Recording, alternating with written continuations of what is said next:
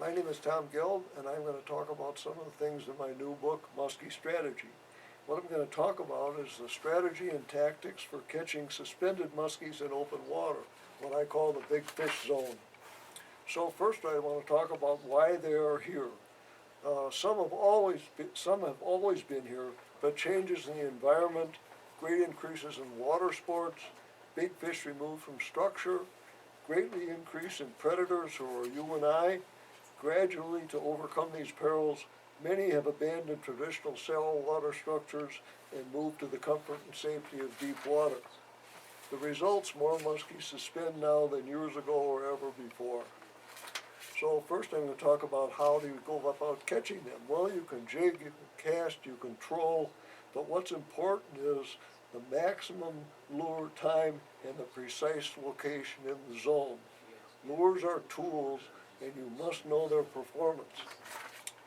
So let's talk about where in the zone. Well, there's two variables. The first variable is the area of the lake. The second variable is the depth in the water column. So you have a three-dimensional problem. There's a seasonal variation in the area of the lake. Early in the spring, we know the muskies are still in structure, but they're also in open water. In the period of summer period, they're basically in open water, and in the fall they can be anywhere but primarily open water also. The second variable is the depth in the water column. So I divide the open water period into three periods: pre-stratification, the period when the lake is stratified or a thermocline is present, and post-stratification. So I'm going to talk about the stratification period, when the thermocline is present. This is the summer period, and traditionally is known as the least productive daytime catching of the season. But this is the period when I almost always spend the lowest number of hours per muskie caught, and that includes catching big fish. So why is that? Because the variables to determine the muskie location in the water column are measurable. So my preferred muskie temperature during stratification is, my range is from 62 to 72 degrees with a preferred temperature of 67 degrees. Now this is not the spring and not the fall, obviously, because the water is much colder. But when the lake is stratified, this is the range the muskies prefer. So how do we measure this? Well, we have to record and measure the water column from the surface down to approximately 30 feet or what's appropriate for a particular lake. And I do this every time before I start fishing. I have a probe that I drop down to a maximum of 50 feet, record the water temperature on 2-foot increments up to the surface.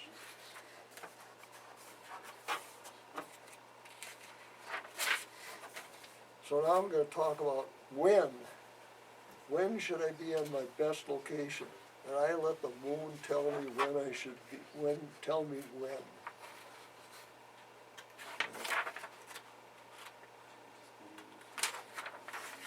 So I identify three moon events: moon rise, moon overhead, moon set, and moon underfoot.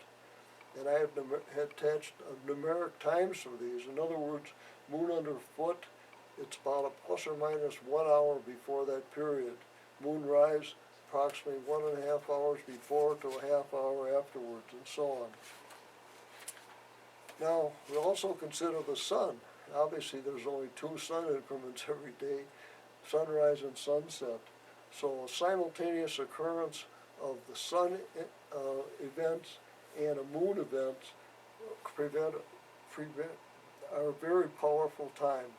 In other words, if sunrise is at 7 o'clock and moon rise is at 6 o'clock, you have a couple periods in there, a couple hours where you get very favorable action.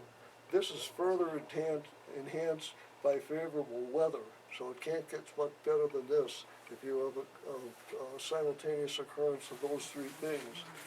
So over time, approximately 75% of my big fish zone catches are moon related.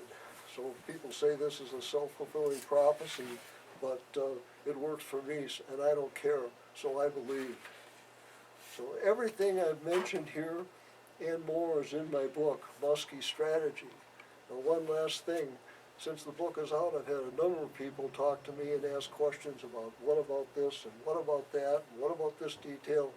And my answer usually is, it's on chapter 5, it's on chapter 8, it's on page 182, it's on page 52. In other words, have they read the book? If they have, I tell them, read it again, because it's all there.